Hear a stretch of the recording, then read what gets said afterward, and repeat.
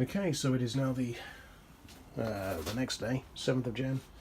So yeah, so what I've decided to do is just have a bit more of an inspection. I've drained the oil from the engine. Probably should have done that in the first place. Just to have a look at, well, I was hoping not to have to dismantle the entire engine, but it looks like that's going to be no choice, because I have to remove the clutch and the centrifugal oil filter and all that stuff. It doesn't look like a huge job, but I was hoping to avoid that.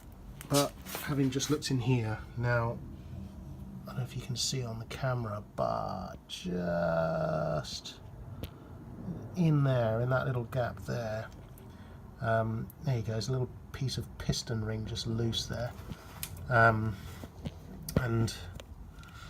there we go. If I can just see if I can just wiggle that around.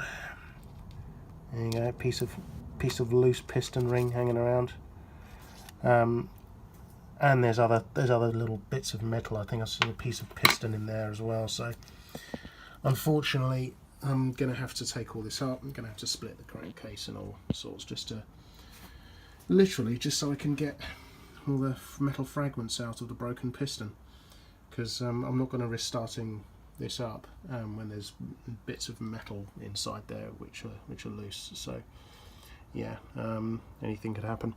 So yeah, and there's no way I can get inside here really without splitting the two halves. So yeah, everything's going to have to come off. I'm going to take it all apart first, take the clutch off and all this stuff off first, and then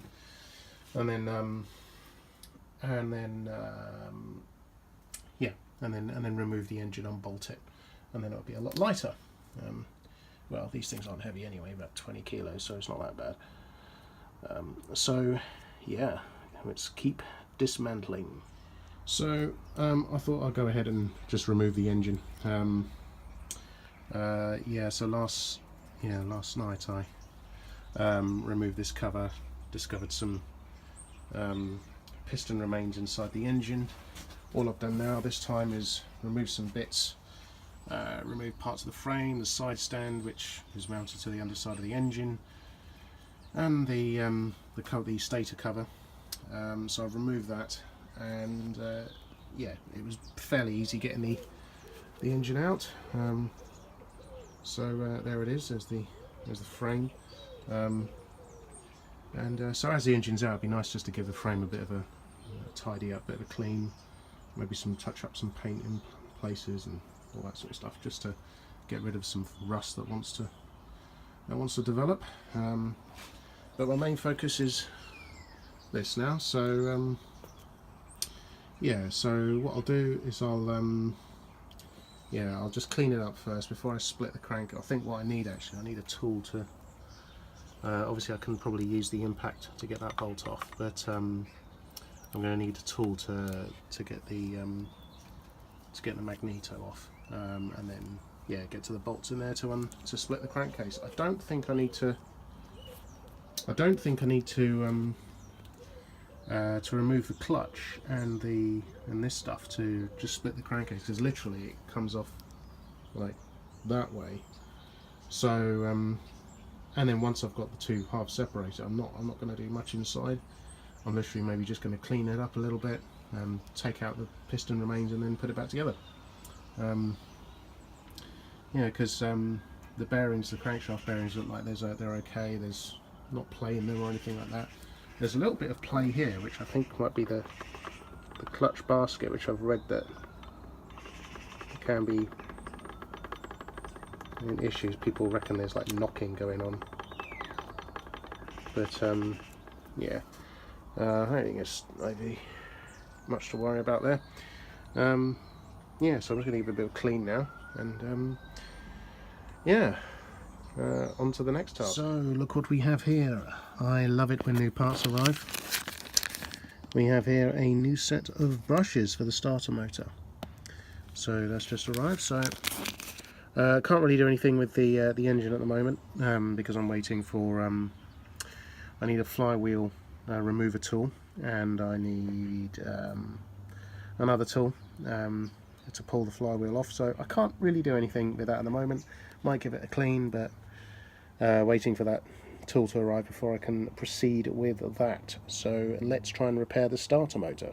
So got the new brushes installed. Now I always find when doing these things, it's getting the motor, the main part of the motor on, and trying to get the springs all pressed down whilst trying to get these things on at the same time. So yes, I think I might use the old cable tie mechanism, which I've used before. This is the little trick I like to use. A little cable tie wrapped around that one. I'm holding this one in place with a cable tie, and then hopefully I can get the motor off in there with the brushes contacting the spindle of the motor, and yeah, and then remove the cable ties. Easy does it, and now we have the brushes contacting the two sides of the motor. It spins nice and freely.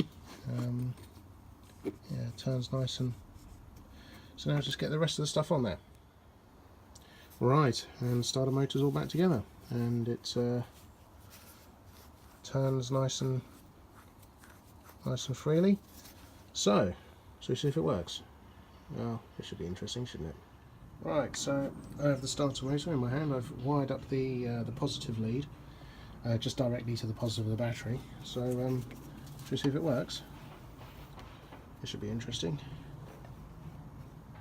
Might just explode in my hands. So yeah, first time for everything.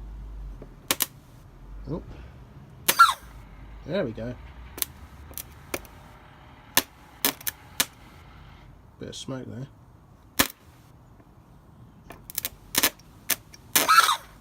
Oh, doesn't sound very nice. There we go.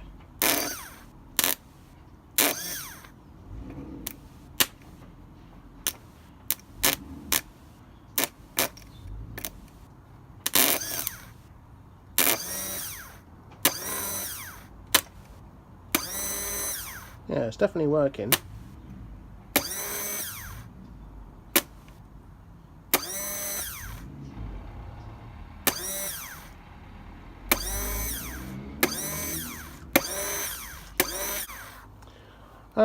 Cool. That was kind of fun. Yeah, don't want to do that too much. So I'd say that works. And right, now I've just got to wait for bits so we can repair this engine.